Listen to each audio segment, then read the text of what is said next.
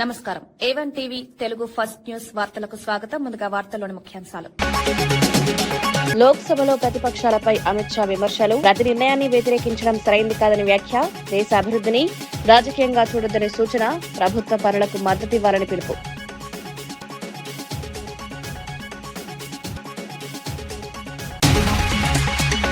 రాహుల్ వ్యాఖ్యలపై మంత్రి సత్యకుమార్ ఆగ్రహం. సైన్యాన్ని అవమానించడం సరైంది కాదని హెచ్చరిక. దేశ భద్రతా అంశాల్లో రాజకీయాలు చేయొద్దని సూచన. ప్రధానిపై వ్యాఖ్యలు తగవని మండిపాటు.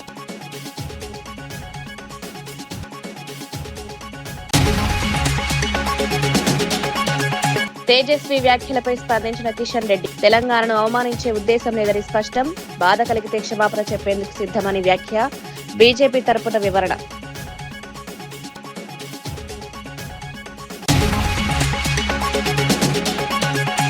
లోకేష్ పై చెవిరెడ్డి మోహిత్ రెడ్డి ఆరోపణలు. ఆధారాలు చూపాలని సవాల్. ప్రతి గ్రామంలో అక్రమాలను బయటపెడతారని హెచ్చరిక. అవసరమైతే నిరసనలు చేపడతామని ప్రకటన.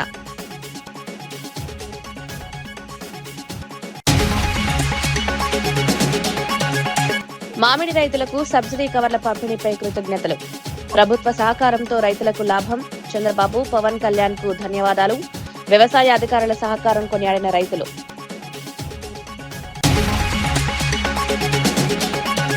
టీజేఎస్ అధ్యక్షుడు కోదండరాం తేజస్వి సూర్య వ్యాఖ్యలను తీవ్రంగా ఖండించారు. తెలంగాణ ఏర్పాటుపై చేసిన వ్యాఖ్యలు వాస్తవాలకు విరుద్దమన్నారు. రాజ్యాంగంలోని ఆర్టికల్ 3 ప్రకారం రాష్ట్రం ఏర్పడిందని గుర్తు చేశారు. సరైన అవగాహన లేకుండా మాట్లాడడం బాధాకరమని పేర్కొన్నారు. తెలంగాణ నుంచి గెలిచిన బీజేపీ ఎంపీలు కూడా స్పందించకపోవడం ఆశ్చర్యకరమన్నారు. కేంద్ర మంత్రులు కూడా ఆ సమయంలో స్పందించలేదని ప్రశ్నించారు. ఈ వ్యాఖ్యలను పార్లమెంటు రికార్డుల నుంచి తొలగించాలని డిమాండ్ చేశారు. డీలిమిటేషన్ ప్రక్రియను రాజకీయ లాభాల కోసం వాడుతున్నారని ఆరోపించారు. కనీస ఇంగిత జ్ఞానం లేకుండా ఇష్టానుసారంగా తెలంగాణ ఏర్పాటును అది బ్రిటిష్ కాలంలో జరిగిన నిర్ణయాలకు పోల్చి మాట్లాడటం అనేది చాలా అన్యాయం. తేజస్వి సూర్య ఇది మనందరం కూడా తీవ్రంగా ఖండించాల్సిన విషయం. ఉత్తరాఖండ్ అయినా అంతే, లక్నోకు వెలుపల ఉన్నటువంటి ప్రాంతం. తెలంగాణ అట్లా కాదు, ఒక రాజధాని నగరాన్ని తన వెంట తీసుకొని పోతున్నటువంటి ప్రాంతం కాబట్టి సహజంగా తెలంగాణ ఏర్పాటు పట్ల ఒక తీవ్రమైన వ్యతిరేకత వ్యక్తమవుతూ ఉంటుంది. ఈ వ్యతిరేకతకున్న రాజకీయ మూలాలను, ఈ వ్యతిరేకతకున్న కారణాలను అర్థం చేసుకోకుండా ఒక ఎంపీ మాట్లాడుతూ ఉంటే అక్కడ ఉన్న మంత్రులు కానీ ఇతర నాయకులు కానీ వారించకపోవడం శోచనీయం. ఈ నిర్ణయాలను, ఈ రాజకీయ పరిస్థితులను అర్థం చేసుకోకుండా ఇట్లా మాట్లాడటం చాలా అన్యాయం. ఈ వ్యాఖ్యలను పార్లమెంటు రికార్డుల నుంచి తొలగించాలని కూడా కోరుతున్నాం. ఎందుకంటే ఇది రాజ్యాంగాన్ని కించపరిచే వ్యాఖ్య. డీలిమిటేషన్ మీద నిన్న జరుగుతున్నటువంటి చర్చ చూస్తుంటే అంబేద్కర్ 1955లో చేసిన హెచ్చరికలు గుర్తుకొస్తున్నాయి. ఉత్తరాన పెద్ద రాష్ట్రాలు, దక్షిణాన చిన్న రాష్ట్రాలు, ఇది మంచిది కాదు, ఇది దేశ అస్తిత్వానికి నష్టం చేస్తుంది, పునరాలోచన చెయ్యాలి అని అన్నాడు. ఆ హెచ్చరికలను దృష్టిలో పెట్టుకొని మనం మన ఫెడరల్ వ్యవస్థను మరింత ప్రజాస్వామికంగా మార్చుకోవాల్సిన సందర్భం పోయి డీలిమిటేషన్ పైన చర్చ జరుగుతున్నది. నంద్యాలలో సిఐటియు రాష్ట్ర మహాసభలు అట్టహాసంగా ప్రారంభమయ్యాయి. రాష్ట్ర నాయకులు నాగేశ్వరరావు, గోరటి వెంకన్న ముఖ్య అతిథులుగా హాజరయ్యారు. టెక్కే మార్కెట్ యార్డ్ నుంచి టౌన్ హాల్ వరకు భారీ ర్యాలీ నిర్వహించారు.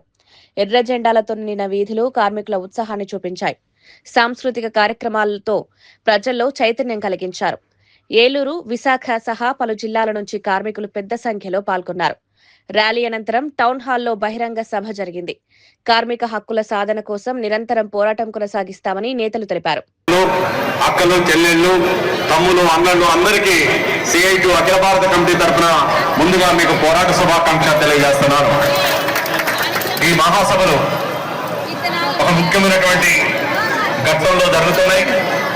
మనందరికీ ఇప్పుడే హేమలత గారు చెప్పారు. విశాఖపట్నంలో జరిగినటువంటి మన 18వ అఖిల భారత మహాసభ భారతదేశ కార్మిక వర్గానికి ఒక నూతన డైరెక్షన్ ఇచ్చింది.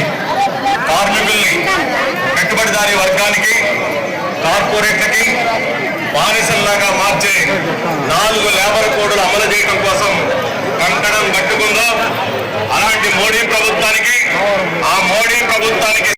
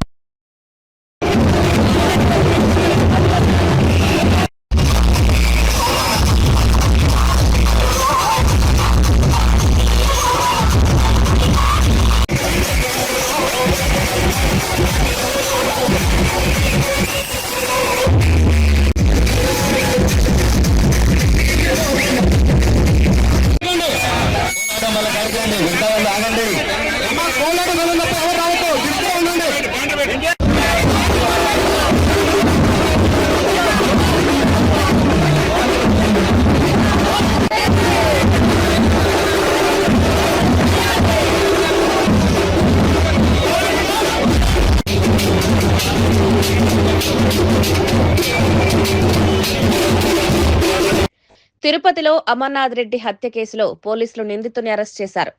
ఈ నెల 15న రాత్రి ఆడపరెడ్డిపల్లిలో ఈ ఘటన చోటు చేసుకుంది. ఇంటి ముందున్న చిల్ల స్థల వివాదమే హత్యకు కారణమని పోలీసులు నిర్ధారించారు. మిద్దెపై ఒంటరిగా కూర్చుని ఉన్న సమయంలో రాహుల్ రెడ్డి కత్తితో దాడి చేసి హత్య చేసినట్లు వెల్లడించారు. మృతుడి కుటుంబ సభ్యుల ఫిర్యాదు మేరకు కేసు నమోదు చేశారు. నిందితుడిని అదుపులోకి తీసుకుని రిమాండ్కు తరలించారు. ఈ ఘటన స్థానికంగా కలకలం రేపింది. నాదముని రెడ్డి, అమర్నాథ్ రెడ్డి అని తండ్రి కొడుకులు, వాళ్ళ మధ్య వాళ్ళ దగ్గర బంధువులు రాహుల్ రెడ్డి అనే కుటుంబాల మధ్య కేవలం 2 అడుగుల స్థలాల గురించి వివాదం గత 35-40 ఏళ్ల నుంచి వాళ్ళ మధ్య వివాదం జరుగుతూ ఉంది. ఆ కోర్టులో కేసులు కూడా పెట్టుకొని ఉన్నారు. అయినా కానీ ఆ సమస్య పరిష్కారం కాకపోవడంతో ప్రతి చిన్నదానికి వాళ్ళు తరచూ గొడవ పడటం, ఒకళ్ళ మీద ఒకళ్ళ కక్షా కార్పణ్యాలు పెంచుకొని ఒకళ్ళనొకళ్ళు కొట్టుకోవటం ఇది జరుగుతూ ఉంది. ఈ క్రమంలో గత వారం 10 రోజుల నుంచి, ఒక నెల రోజుల నుంచి మళ్ళీ ఈ సమస్య గురించి, ఆ 2 అడుగుల బాట గురించి, ఆ వివాదం గురించి ఈ ముద్దాయి ఎవరైతే ఉన్నారో రాహుల్ రెడ్డిని ఈ అమర్నాథ్ రెడ్డి కొట్టడం జరిగింది. వాళ్ళ పిల్లలు కూడా క్రికెట్ ఆడుకునేటప్పుడు చిన్న గొడవ పడి దాని మీద ఆ గొడవలు ఇంకొంచెం మనసులో పెట్టుకొని ఇది పొద్దాక పునరావృతం అవుతుందని ఈ రాహుల్ రెడ్డి వయసు కేవలం 19 సంవత్సరాలు, ఇంటర్మీడియట్ వరకు చదువుకున్నాడు. చదువు మానేసి ఈ చిన్న 2 అడుగుల వివాదం గురించి తన ఆలోచనలన్నీ మారి డైవర్ట్ అయిపోయి ఇది సమస్య పరిష్కారం కాదు, ఇక ముందు కూడా ఇట్లనే మా కుటుంబాల మీద దాడి జరుగుతూ ఉంది, మా తాతయ్యను కొట్టారు, అది ఇది అని చెప్పి అది మనసులో పెట్టుకొని అతను ఆ రాత్రి ఈ అమర్నాథ్ రెడ్డి యొక్క కదలికలను గమనిస్తూ ఆ రాత్రి తన ఇంట్లో ఉన్న మచ్చుకత్తుతో దాడి చేసి, ఆ దాడి చేస్తున్న సమయంలో ఈ అమర్నాథ్ రెడ్డి టెర్రస్ మీద పడుకొని క్రికెట్ మ్యాచ్ వాచ్ చేస్తూ ఉన్న టైంలో ఆ చీకట్లో పోయి నరగడం జరిగింది. విచక్షణారహితంగా నరగటం వల్ల అతను అక్కడెక్కడే స్పాట్లోనే చనిపోయాడు. మళ్ళీ అతను అక్కడి నుంచి కిందకి దిగి వచ్చి ఇంట్లో వాళ్ళ ఫాదర్ ఎవరైతే నాదముని రెడ్డి ఉన్నాడో అతను కూడా భోజనం చేసుకొని అక్కడ టీవీ చూస్తున్న క్రమంలో అతను కూడా నరగడానికి ప్రయత్నించగా అది గమనించిన అతను అలర్ట్ అయ్యి ఆ మచ్చు కత్తిని పట్టుకొని కేకలేయడంతో వాళ్ళ కుటుంబ సభ్యులు రావడం గమనించి అతను కత్తితో సహా పారిపోవడం జరిగింది. ఈ విషయం తెలిసిన వెంటనే మన తిరుపతి జిల్లా పోలీస్ సూపరింటెండెంట్ సుబ్బరాయుడు సార్ గారు వెంటనే అలర్ట్ చేసి అందరినీ పారిపోయిన ముద్దాయి గురించి వెతకటానికి దిశానిర్దేశం చేయడం జరిగింది. Tirupati rural police station CI గారు, వాళ్ళ ఎస్ఐ లోకేష్, మిగతా సిబ్బంది అంతా అలర్ట్ అయ్యి వెంటనే సీన్కు వెళ్ళటం, ఆ సీన్లో సాక్ష్యాధారాలను సేకరించడం, ఇమీడియట్గా సిబ్బందితో టీమ్స్ ఫామ్ చేసి పారిపోయిన ముద్దాయి గురించి వెతకటం. ఈ క్రమంలో ఒక్కరోజు తేడాలోనే ముద్దాయిని అదుపులోకి తీసుకోవటం, దానికి సంబంధించి ముద్దాయిని రిమాండ్ పంపడం జరుగుతుంది. ఇక్కడ గమనించాల్సిన విషయం ఏంటంటే ఏళ్ల తరబడి అనేకమైన భూ సమస్యలు ఉంటా ఉన్నాయి. పెద్ద ఎక్కువ స్థలాలు, ఎక్కువ జాగాలకు సంబంధం లేదు. కేవలం 2 అడుగుల జాగా కోసం వీళ్ళు 2 కుటుంబాలు గత 35-40 ఏళ్ల నుంచి వివాదాలు పట్టడం, పెద్ద మనుషులు కూడి రాజీలు చేయటం ఇది జరుగుతూ వస్తూ ఉంది. చిన్న చిన్న విషయాలు అత్యంత చిన్న వయసులోనే 19-20 ఏళ్ల వయసులోనే ఈ రకమైన అతను భవిష్యత్తు నాశనం చేసేదానికి దారి చేసింది. కాబట్టి సమస్యలు ఏమున్నా కానీ అవి పరిష్కార మార్గం ద్వారా కోర్టులను ఆశ్రయించి శాంతియుతంగా వాటిని పరిష్కరించుకుంటే ఇలాంటి అనర్థాలు జరగకుండా ఉంటాయి. అనవసరంగా ఒక ప్రాణం బలవకుండా ఉండటానికి అవకాశాలు ఉన్నాయి. ప్రజలు ఇది గమనించగలరని పోలీస్ శాఖ నుంచి కోరుకోవడం జరుగుతుంది. లేదు, గంజాయి మత్తు అనేది అసలు ఏ కోసైనా మనకి ఇక్కడ కనిపించలేదు. ఊర్లో విచారించినా కానీ తెలిసింది. ఇక్కడ ఎట్లా జరుగుతుందంటే ఏ చిన్నది ఏది జరిగినా కానీ గంజా అని చెప్పి అది వాడుక అయిపోయింది. గంజా మత్తులో ఉన్నారు, లేకపోతే గంజా అలవాటు అడిక్ట్ అయి ఉంటే ఆ రకమైన బిల్ట్ ఉండదు. వాళ్ళ హావభావాలు కానీ, చేసే పనులు కానీ, వాళ్ళ శారీరకమైన ఆరోగ్యపరమైన విషయాలు కానీ, వాళ్ళ స్టేచర్ కూడా డిఫరెంట్గా ఉంటుంది. గాంజా అడిక్ట్ అయిన అబ్బాయి అయితే కాదు, అతనికి మందు అలవాటు ఉంది.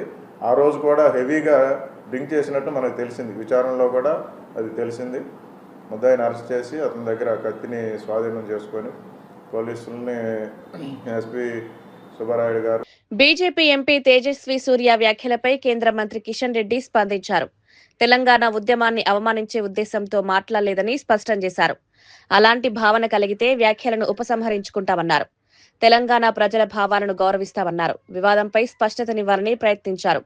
బాధ కలిగించినట్లయితే క్షమాపణ చెప్పేందుకు సిద్ధమని సంకేతాలిచ్చారు. బీజేపీ తరపున వచ్చిన ఈ వివరణ ప్రాధాన్యం సంతరించుకుంది. బెంగళూరు పార్లమెంట్ సభ్యులైనటువంటి తేజస్వి సూర్య గారు వారు మాట్లాడింది తెలంగాణ ప్రజలను కానీ, తెలంగాణ ఉద్యమాన్ని కానీ మరి చిన్నబుచ్చే విధంగానో, అవమానం చేసే విధంగానో వారు మాట్లాడలేదు. ఆ రకంగా మాట్లాడితే అది ఉపసంహరించుకుంటాం. లోక్సభలో కేంద్ర హోంమంత్రి అమిత్ షా ప్రతిపక్షాలపై తీవ్ర విమర్శలు గుప్పించారు. కేంద్ర ప్రభుత్వం చేపట్టే ప్రతి కార్యక్రమాన్ని ప్రతిపక్షాలు వ్యతిరేకిస్తున్నాయన్నారు. రామమందిర నిర్మాణం, ఆయుష్మాన్ భారత్, ట్రిపుల్ తలాక్ వంటి కీలక అంశాల్లో కూడా ఇదే ధోరణి కొనసాగిందని పేర్కొన్నారు. దేశ అభివృద్ధికి సంబంధించిన కార్యక్రమాలను రాజకీయ కంటితో చూడకూడదని సూచించారు. ప్రజల ప్రయోజనాల కోసం తీసుకునే నిర్ణయాలను అడ్డుకోవడం సరైంది కాదన్నారు. ప్రభుత్వ పనులకు మద్దతు ఇవ్వాల్సిన బాధ్యత ప్రతిపక్షాలపై కూడా ఉందన్నారు. मान्यवर, ये जो भाषा है सदन की मर्यादा तोड़ने वाली, आप क्या भाषा उपयोग कायर है, आप सरेंडर कर रहे हो, आप मुझसे डरते हो, अपशब्दों का प्रयोग होता है, असंसदीय शब्दों की भरमार लग जाती है, सदन में कोई आंख मारता है, कोई मुस्कुराकर बैठता है। मान्यवर, सदन के रास्ते पर चाय पकोड़े खाते हैं। सदन के रास्ते ये किस प्रकार का विपक्ष के नेता का बिहेवियर, किस प्रकार की भाषा है? क्या वो समझते हैं कि ये भाषा को देश नहीं सुन रहा है? ये भाषा को देश सुन रहा है। आपकी और आपकी पार्टी दोनों का परिचय देश को हो रहा है। मान्यवर, संवैधानिक संस्थाओं का अपमान करते हैं, फ्लाइंग किस कर देते हैं, धक्का मुक्की करते हैं, बाहर जाकर बयानबाजी करते हैं कि सरेंडर हो गए। स्पीकर को बार बार रोकना पड़ता है और सत्र छोड़कर विदेश चले जाते हैं। मान्यवर, मैं इतना जरूर कहता हूं कि ये भाषाओं में तीव्रता से भावनाएं व्यक्त नहीं होती है। सदन में बोलने की कला आपके बहुत सारे सीनियर लोग हैं, उनसे सीख ले, और सीनियर लोग ना हो तो प्रियंका जी ही है, उनसे थोड़ा सीख ले कि सदन में कैसे बोलना चाहिए। मान्यवर, ये कहते हैं ये क्रूर बिल है, महिलाओं को आरक्षण देने वाला बिल क्रूर बिल है। उत्तर और दक्षिण के बीच में भेदभाव कर रहे हो, दक्षिण का प्रतिनिधित्व कम हो जाएगा। इतना कल समझाने के बाद भी अगर ये स्टेटमेंट आता है मान्यवर, तो मैं मानता हूं ये जानबूझकर दिया गया स्टेटमेंट है। मान्यवर, मैं विपक्ष के नेता राहुल गांधी जी को, पूरी कांग्रेस पार्टी को और विपक्ष के कुनबे को इस देश का परिचय कराना चाहता हूं कि हजारों साल पहले లోక్సభలో రాహుల్ గాంధీ చేసిన వ్యాఖ్యలపై మంత్రి సత్యకుమార్ తీవ్రంగా స్పందించారు. పుల్వామా ఘటన, ఆపరేషన్ సింధూర్ వంటి సున్నిత అంశాలపై అనుచితంగా మాట్లాడారని విమర్శించారు. అలాంటి వ్యాఖ్యలు చేయడం ద్వారా రాహుల్ మానసిక ఆనందం పొందుతున్నారన్నారు. దేశానికి సేవ చేస్తున్న సైన్యాన్ని అవమానించడం సరైంది కాదని తెలిపారు. 140 కోట్ల మంది ఎన్నుకున్న ప్రధాని గురించి తప్పుగా మాట్లాడడం తగదన్నారు. దేశ భద్రత అంశాల్లో రాజకీయాలు చేయకూడదని సూచించారు. విషయాన్ని దేశ ప్రజలకు ముందర తేటతెల్లం చేసింది. ప్రజలందరూ ఇవాళ ఒక డెసిసివ్ లీడర్షిప్ని, బోల్డ్ రిఫార్మ్స్ని, అదేవిధంగా ట్యాంజిబుల్ రిజల్ట్స్ని చూస్తున్నారు. అవన్నీ గత 12 సంవత్సరాలుగా ఈ దేశంలో జరుగుతున్నాయి. అభివృద్ధి కళ్ళ ముందు కనిపిస్తోంది. భారతదేశానికి అంతర్జాతీయంగా ప్రత్యేక గుర్తింపు, ఖ్యాతి లభిస్తూ ఉంది. ఈ నేపథ్యంలో రాహుల్ గాంధీ గారు మాట్లాడుతూ పుల్వామాని ఒక ట్రిక్కుగా, పహల్గామ్ తర్వాత ఆపరేషన్ సింధూర్ని కూడా ఒక ట్రిక్కుగా అభివర్ణించారు. ఆయన ప్రధానమంత్రి గారి గురించి మాట్లాడే క్రమంలో ప్రధానమంత్రిని దేశ 140 కోట్ల మంది ప్రజలు ఎన్నుకున్న ప్రధానమంత్రిని అవమానించడమే కాకుండా మన సైనిక శక్తిని, వారి కమిట్మెంట్ని, దేశ భద్రత పట్ల వారికి ఉన్న కమిట్మెంట్ని కూడా ప్రశ్నించేలాగా, అవమానపరిచేలాగా మాట్లాడడం అత్యంత ఖండనీయం. మహిళల సాధికారతలో జగన్ కీలక పాత్ర పోషించారని మాజీ డిప్యూటీ సీఎం పాముల పుష్పశ్రీవాణి తెలిపారు. రాజకీయ పదవుల్లో నామినేటెడ్ పోస్టుల్లో మహిళలకు 50% రిజర్వేషన్ కల్పించిన నాయకుడు జగన్ అన్నారు. మహిళలకు సంక్షేమ పథకాలు, రాజకీయ అవకాశాలు ఇచ్చిన విధానాన్ని గుర్తు చేశారు. ప్రస్తుతం ఆ అంశాలపై విమర్శలు చేసే వారికి సవాల్ విసిరారు. జగన్ పాలనలో మహిళల స్థితి, ప్రస్తుత పరిస్థితులను పోల్చి చూడాలని సూచించారు. మహిళల అభివృద్ధికి తీసుకున్న నిర్ణయాలు చరిత్రాత్మకమని పేర్కొన్నారు. జిల్లా పరిషత్ చైర్మన్లు ఉంటే అందులో 7 జిల్లా పరిషత్ చైర్మన్లు మహిళలకే ఇచ్చినటువంటి ఘనత జగన్మోహన్ రెడ్డి గారు, అంటే 54%. ఈ రాష్ట్రంలో జడ్పీ వైస్ చైర్మన్లు సుమారుగా 26 మంది ఉంటే అందులో 15 మందికి, అంటే 58% మహిళలకు అవకాశం కల్పించినటువంటి ముఖ్యమంత్రి, గత ముఖ్యమంత్రి వైఎస్ జగన్మోహన్ రెడ్డి గారు. అలాగే ఈ రాష్ట్రంలో 12 మున్సిపల్ కార్పొరేషన్ మేయర్లు ఉంటే అందులో 24 మంది డిప్యూటీ మేయర్లు, మొత్తం కలిసి 36 మంది ఉంటే 36 మందిలో 18 మందికి అవకాశం కల్పించారు. అంటే 50% అవకాశం కల్పించినటువంటి నాయకుడు జగన్మోహన్ రెడ్డి గారు. అలాగే ఈ రాష్ట్రంలో 75 మున్సిపాలిటీలు ఉన్నాయి. 75 మున్సిపాలిటీల్లో 73 మున్సిపాలిటీలు వైఎస్ఆర్ కాంగ్రెస్ పార్టీ కైవసం చేసుకుంటే 45 మున్సిపాలిటీలకి మహిళల్ని చైర్మన్ గా నియమించినటువంటి వ్యక్తి వైఎస్ జగన్మోహన్ రెడ్డి గారు. అంటే 64% మంది మహిళలకి చైర్పర్సన్ గా నియమించడం జరిగింది. అలాగే ఈ రాష్ట్రంలో సర్పంచుల్ని 57% మంది మహిళలే, ఎంపీటీసీలు 54% మంది మహిళలే, అదేవిధంగా ఎంపీపీలు, జడ్పీటీసీలు 53% మంది మహిళలే. అలాగే జగన్ అన్న ప్రభుత్వంలో ఎంతో ప్రతిష్టాత్మకంగా నియమించినటువంటి వాలంటీర్ వ్యవస్థ ఏదైతే ఉందో 2,65,000 మందిని వాలంటీర్లుగా నియమిస్తే అందులో 53% మహిళా వాలంటీర్లే ఉన్నారని చెప్పడానికి చాలా సంతోషాన్ని వ్యక్తం చేస్తున్నాం. అలాగే ఈ రాష్ట్రంలో 1,34,000 సచివాలయ ఉద్యోగాలు తీస్తే 51% మంది ఆడపిల్లలకే సచివాలయ ఉద్యోగాల్లో అవకాశం కల్పించినటువంటి వ్యక్తి జగన్మోహన్ రెడ్డి గారని చెప్పేసి ఈ సందర్భంగా గర్వంగా తెలియజేస్తున్నాం. అంతేకాదు నామినేటెడ్ పదవులు గాని, నామినేషన్ పద్ధతిలో వచ్చేటువంటి కాంట్రాక్టర్ వర్కుల్లో గాని 50% రిజర్వేషన్ మహిళలకి కలిగేలాగా చట్టాన్ని జగన్మోహన్ రెడ్డి గారు చేయడం జరిగింది. ఈ రోజు ఏదైతే రాజకీయ నియామక పదవుల్లో 1356 రాజకీయ నియామక పదవుల్లో 658 పదవులు మహిళలకే ఇచ్చినటువంటి ఘనత జగన్మోహన్ రెడ్డి గారు. అంటే 51%. జగన్మోహన్ రెడ్డి గారు ఆ రోజు 50% ఖచ్చితంగా మహిళలకు ఇవ్వాలని నిర్ణయం తీసుకుని ఇవ్వడం జరిగింది. ఈ ఏదైతే 1356 రాజకీయ నియామకాల్లో ఏఎంసీ చైర్మన్లు తీసుకోండి. ఏఎంసీ చైర్మన్లు అనేవాళ్ళు ఈ రాష్ట్రంలో సుమారుగా 202 మంది ఏఎంసీ చైర్మన్లు ఉంటే అందులో 102 మంది ఏఎంసీ చైర్మన్లు మహిళలకి అవకాశం ఇచ్చారు. ఇది రాజకీయంగా జగన్మోహన్ రెడ్డి గారు మహిళలకి రాజకీయ పదవుల ద్వారా కల్పించినటువంటి రిజర్వేషన్లు. చాలా మంది మహిళలకి రాజకీయాల అవకాశాలు ఆకాశంలో సగం, అవకాశాల్లో సగం అని చెప్పేసి స్పీచ్లు ఊదరగొడతారు. గతంలో ఎన్నో స్పీచ్లు చూసాం, ఎంతో మంది వక్తలను చూసాం, ఎంతో మంది ముఖ్యమంత్రులను చూసాం, ఎంతో పెద్ద పెద్ద నాయకులను చూసాం. ఆకాశంలో సగం, అవకాశాల్లో సగం మహిళలకు ఇవ్వాలని. కానీ ఎవరు కూడా ఆచరణలో పెట్టలేదు. ఆచరణలో పెట్టిన వ్యక్తి వైఎస్ జగన్మోహన్ రెడ్డి గారు.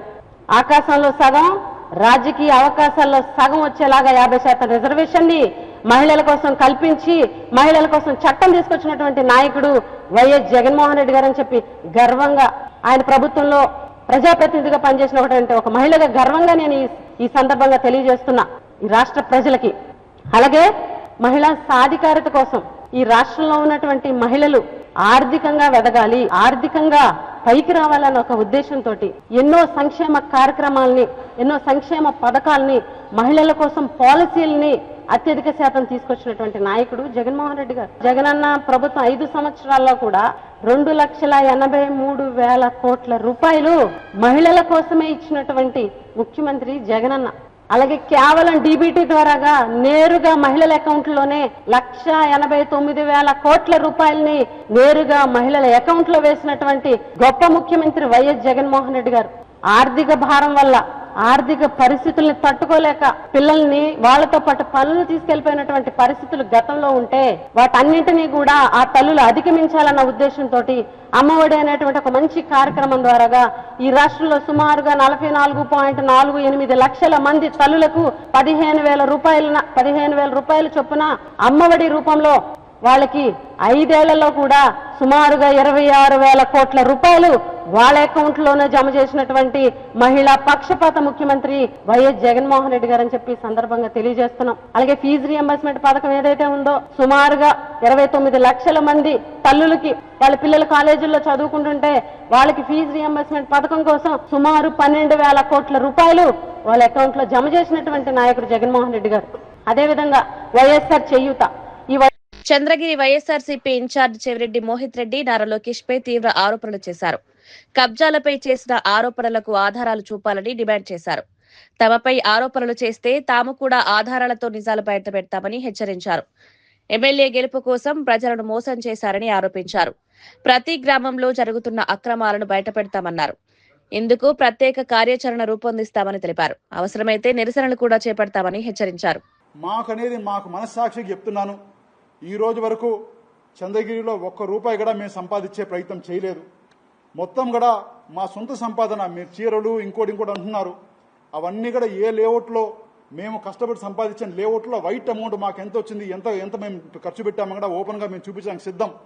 మీరు చేసిన అవినీతి కూడా ఈ రోజు మీ ఎమ్మెల్యే గారు ఆ రోజు ఒక పాయిజన్ బాటిల్ పెట్టుకొని ఆ రోజు ఎమ్మెల్యే అయ్యి నన్ను గెలిపించకపోతే నేను చనిపోతానని చెప్పి మీ సమక్షంలో చెప్పినా మీరు మాట్లాడకుండా ఆ రోజు ఎమ్మెల్యే అవ్వడం జరిగింది. ఈ రోజు మీరు ఇవన్నిటి గురించి మాట్లాడుతూ ఉంటే ప్రతి ఊర్లోనూ తుమ్మలగుంట దాటినప్పటి నుంచి తిరుచానూరు దాటే వరకు ప్రతి ఊర్లో మీ ఎమ్మెల్యే చేసిన కబ్జాలు, ఇప్పుడున్న ప్రజెంట్ ఎమ్మెల్యే కబ్జాలు మాకు తెలుసు. మేము ప్రతి దానికి నిరూపించగలుగుతాం. మొన్నటికి మొన్న దుర్గ సముద్రంలో 100 కోట్ల రూపాయల భూమిని ఆయన అనుచరులు ఆయన కలిసి కబ్జా చేస్తున్నారు. ఇవన్నీ చెప్తే మీకు పడదు, కానీ ఒక ఆరోపణలు ఒక రాజకీయము అవగాహన లేకుండా మీరు చేసిన ఆరోపణలు ప్రజలకు నవ్వుకుంటున్నారని తెలియజేస్తారు. రోజు ఎవరైతే కబ్జాదారులు ఉన్నారో వాళ్ళే ఎమ్మెల్యే కింద షేర్ ఉంది, ఎమ్మెల్యే చేస్తారంటే ఒక డైరెక్ట్ లోకేష్ గారికి క్లోజ్ అని చెప్పుకునే ఒక ఎమ్మెల్యే ఉన్నప్పుడు ఏ విధంగా అధికారులు ట్రాన్స్పరెన్సీగా పనిచేస్తారని కూడా తెలియజేస్తున్నా. తప్పకుండా అధికారులకు విజ్ఞప్తి చేస్తున్నా, స్వతంత్రం వచ్చిన రోజు నుంచి ఈ రోజు వరకు గవర్నమెంట్ ల్యాండ్గా ఉన్న భూమిని అప్పటికప్పుడు ప్రైవేట్ భూములు ఎలాగైపోతాయి, ఈ విధంగా చంద్రగిరిలో మీరు చేసుకుంటా పోతే ప్రజలకి రేపు స్కూల్స్కి కావచ్చు, రేపు ప్రజా అవసరాలకు కావచ్చు, ఏ విధంగా మీ ప్రజలకి అవసరం ఉంటుందని చెప్పి మీకు ఇక్కడి నుంచి ప్రశ్నిస్తున్నాను. పోత మీద వర్షం కురిస్తే ఏ విధంగా స్పందిస్తారో అదే విధంగా స్పందిస్తున్నారు తప్ప ఏమాత్రం పట్టించుకోవడం లేదు. ఎందుకంటే డైరెక్ట్గా లోకల్ ఎమ్మెల్యేలకి షేర్లు ఉన్నప్పుడు అధికారులు ఏ స్థాయిలో స్పందిస్తారో మాకు కూడా అనుమానంగా ఉంది. మేము కూడా చెప్పాం, తొందరలో కూడా ఒక కార్యాచరణ వేసుకొని ఎక్కడెక్కడ కబ్జాలు చేశారో ప్రతి ల్యాండ్కి వెళ్ళి మేము కూడా కూర్చొని అక్కడ నిరసన కూడా తెలియజేస్తామని కూడా అప్పటి నుంచి. పలమనేరు జనసేన పార్టీ కార్యాలయంలో నిర్వహించిన మీడియా సమావేశంలో డాక్టర్ ఆకుల గజేంద్ర ప్రసాద్ తీవ్ర వ్యాఖ్యలు చేశారు. పవన్ కళ్యాణ్ పై అనుచిత వ్యాఖ్యలు చేసిన వారిని నిలదీశారు. ఉన్నతమైన వ్యక్తుల గురించి మాట్లాడే ముందు తమ స్థాయి తెలుసుకోవాలని సూచించారు. పబ్లిసిటీ కోసం ఏదైనా మాట్లాడితే సహించబోమని హెచ్చరించారు. జన సైనికులు స్పందిస్తారని, అవసరమైతే ప్రత్యక్షంగా ఎదుర్కొంటామన్నారు. ఈ వ్యాఖ్యలు రాజకీయంగా వేడి పెంచాయి. పార్టీ గౌరవాన్ని కాపాడేందుకు కట్టుబడి ఉన్నామని స్పష్టం చేశారు. అనుచిత వాక్యాలు మాట్లాడితే మేము మా పేరు బాగా పబ్లిసిటీ అవుతుంది, పబ్లిక్ లో మేము మా ఇమేజ్ పెరుగుతుందని ఒక ట్రెండ్ ఉంది. ఆ వెధవన్న కొడుకులకి ఖచ్చితంగా చెప్తున్నా, నేను ఒక పవన్ కళ్యాణ్ గారి ఫాలోయర్గా మొన్న తెలంగాణ నుంచి ఒక పనికిరాని నా కొడుకు వాడు శ్రీనివాస్ యాదవ్ అనేవాడు ఆంధ్రాకి వచ్చి బీసీ దీంట్లో ఏదో మాట్లాడతా పవన్ కళ్యాణ్ గారిని ఏదేదో మాట్లాడినాడు. ఒరే స్వామి శ్రీనివాస్ యాదవ్, నువ్వేంది, నీ బతికేంది, తెలంగాణలో ఎవరిని అడిగినా చెప్తారా స్వామి, నువ్వేంద్రా నువ్వు వచ్చి చిచ్చు పెడతావు. రామచంద్ర పుంగనూరులోనే రామచంద్ర యాదవ్ బీసీల కోసం చేస్తున్నాడు. పవన్ కళ్యాణ్ గారు కూడా బీసీలకు ఎప్పుడు మద్దతు పలికే వ్యక్తే కానీ ఎప్పుడు కానీ వ్యతిరేకం కాదు. నువ్వు రామచంద్ర యాదవ్ పైన ఏందో ప్రేమ ఎక్కువైపోయి మాట్లాడుతున్నావు వెధవనాయలా. రామచంద్ర యాదవ్ కూడా మాకు ఆకలికి ఐదు రాకు సొంత చిత్తూరు జిల్లాలో మామిడి రైతులు ప్రభుత్వానికి కృతజ్ఞతలు తెలిపారు. సబ్సిడీపై మామిడి కవర్ల పంపిణీ చేయడం రైతులకు ఉపయోగపడిందన్నారు. ముఖ్యమంత్రి చంద్రబాబు, ఉప ముఖ్యమంత్రి పవన్ కళ్యాణ్ కు ధన్యవాదాలు తెలిపారు. జిల్లా కలెక్టర్ సహకారం కూడా అభినందించారు. సరైన సమయంలో అనుమతులిచ్చి ఫ్యాక్టరీలు పనిచేయడానికి సహకరించారని చెప్పారు. గతంలో లేని విధంగా రైతులకు మద్దతు లభించిందని పేర్కొన్నారు. వ్యవసాయ అధికారులు సహకారం కూడా కొనియాడారు. యూరియా పంపిణీ పారదర్శకంగా జరగాలని కోరారు. సకాలంలో తెరిపించి రైతులకు ఇబ్బంది లేకుండా చూసుకోవాల్సిందిగా కోరుతున్నాము. అదేవిధంగా మన చిత్తూరు జిల్లాలో గడిచిన సంవత్సరం కూడా మామిడి పరిశ్రమ చాలా సంక్షోభాన్ని ఎదుర్కొనింది. దీన్ని కూడా మన చిత్తూరు జిల్లా కలెక్టర్ గారు చాకచక్యంతో రైతులకు అందరికీ ₹4 సబ్సిడీ ప్రభుత్వం తరఫున ఇప్పించేదానికి ఎనలేని కృషి చేసి రైతులకి ఇప్పించినందుకు వారికి మా చిత్తూరు జిల్లా రైతుల తరఫున కృతజ్ఞతలు తెలియజేస్తాను. రైతులకి అందవలసిన చిన్న చిన్న పనిముట్లు కూడా సబ్సిడీ రూపంలో ఇప్పించవలసిందిగా కోరుతూ యూరియా పంపిణీలో కొంచెం శ్రద్ధ పెట్టవలసిందిగా కోరి ప్రార్థిస్తున్నాం. ఒకవేళ వీలైతే కలెక్టర్ గారిని కలిసి మాకు మా జిల్లా రైతులకు చేసిన ఎనలేని సేవకు గాను చిన్న సమావేశం ఏర్పాటు చేసి అతని సేవలతో సత్కరించాలని చెప్పి మేము కలెక్టర్ గారిని పర్మిషన్ తీసుకొని తొందరలోనే ఒక కార్యక్రమం ఏర్పాటు చేస్తామని చెప్పి మీకు అందరికీ తెలియజేస్తున్నాను. అదేవిధంగా అతనికి సహకరించిన హార్టికల్చర్ ఆఫీసర్ డిడి గారు రామాంజనేయులు గారు, హెచ్ఓ కోటేశ్వరరావు గారు మరియు హార్టికల్చర్ ఆఫీసర్లు అందరికీ నా నమస్కారాలు తెలియజేస్తున్నాను. అదేవిధంగా అగ్రికల్చర్ ఆఫీసర్ గారికి వారి సహచర సిబ్బందికి కూడా ఈ పత్రికాముఖంగా మా కృతజ్ఞతలు తెలియజేస్తున్నాం. నమస్కారం. ఒక కవరు ₹2 లెక్కన కొని ₹1 సబ్సిడీ ఇస్తూ ఉంది.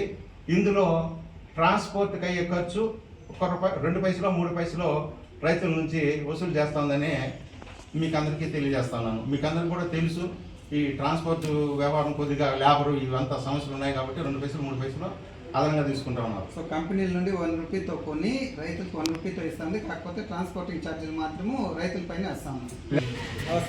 ప్రభుత్వానికి కావాలని ₹2 కొని ₹1 రైతులకు అందిస్తా ఉంది. ఈ సంవత్సరం ఎప్పుడూ లేని విధంగా గత సంవత్సరం 2 కోట్లు సప్లై చేస్తే ఈ సంవత్సరం 6.5 కోటి కవర్లో సబ్సిడీ రూపంలో రైతులకు అందిస్తూ మార్కెటింగ్ని రైతులకి మంచి ధర లభించేదాని కోసం కలెక్టర్ గారు విశేష కృషి చేసి అందరికీ ప్రభుత్వాన్ని ఒప్పించి ఈ 6.5 కోటి కవర్లో మన చిత్తూరు జిల్లా రైతులకు మాత్రమే అందిస్తా ఉన్నారు. రంగారెడ్డి జిల్లా కలెక్టరేట్ వద్ద ప్రభుత్వ ఉద్యోగులు భారీ నిరసన చేపట్టారు. టీఎన్జీఓస్ పిలుపు మేరకు ఉద్యోగులు, ఉపాధ్యాయులు, పెన్షనర్లు పెద్ద సంఖ్యలో పాల్గొన్నారు. పీఆర్సీ అమలు, పెండింగ్ బిల్లుల క్లియర్, సిపిఎస్ రద్దు వంటి డిమాండ్లుంచారు. ఆరోగ్య భద్రత కార్డుల అమలుపై కూడా ఆవేదన వ్యక్తం చేశారు. జావీద్ అలీ, వైద్యనాథ్ నేతృత్వంలో వినతి పత్రం సమర్పించారు. ఉద్యోగుల సమస్యలను వెంటనే పరిష్కరించాలని కోరారు. సమస్యలు పరిష్కారం కాకపోతే ఉద్యమాన్ని మరింత ఉధృతం చేస్తామని హెచ్చరించారు.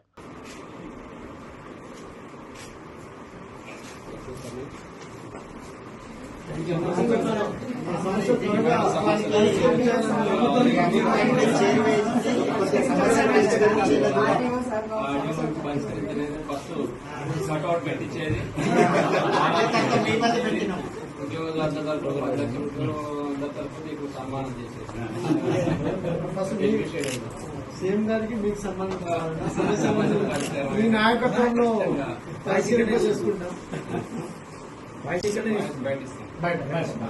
వార్తలు ముగించే ముందు ముఖ్యాంశాలు మరోసారి. లోక్సభలో ప్రతిపక్షాలపై అమిత్ షా విమర్శలు, ప్రతి నిర్ణయాన్ని వ్యతిరేకించడం సరైంది కాదని వ్యాఖ్య, దేశ అభివృద్ధిని రాజకీయంగా చూడొద్దని సూచన, ప్రభుత్వ పనులకు మద్దతివ్వాలని పిలుపు.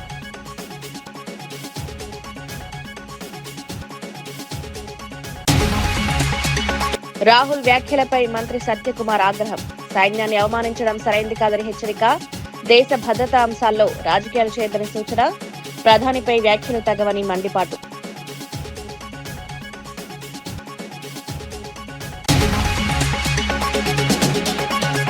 తేజస్వి వ్యాఖ్యలపై స్పందించిన కిషన్ రెడ్డి, తెలంగాణను అవమానించే ఉద్దేశం లేదని స్పష్టం, బాధ కలిగితే క్షమాపణ చెప్పేందుకు సిద్దమని వ్యాఖ్య, బీజేపీ తరపున వివరణ.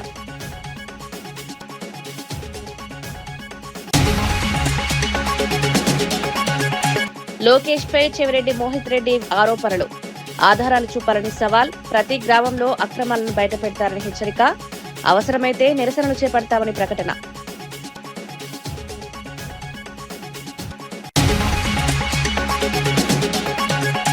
మామిడి రైతులకు సబ్సిడీ కవర్ల పంపిణీపై కృతజ్ఞతలు. ప్రభుత్వ సహకారంతో రైతులకు లాభం. చంద్రబాబు, పవన్ కళ్యాణ్ కు ధన్యవాదాలు. వ్యవసాయ అధికారుల సహకారం కొనియాడిన రైతులు.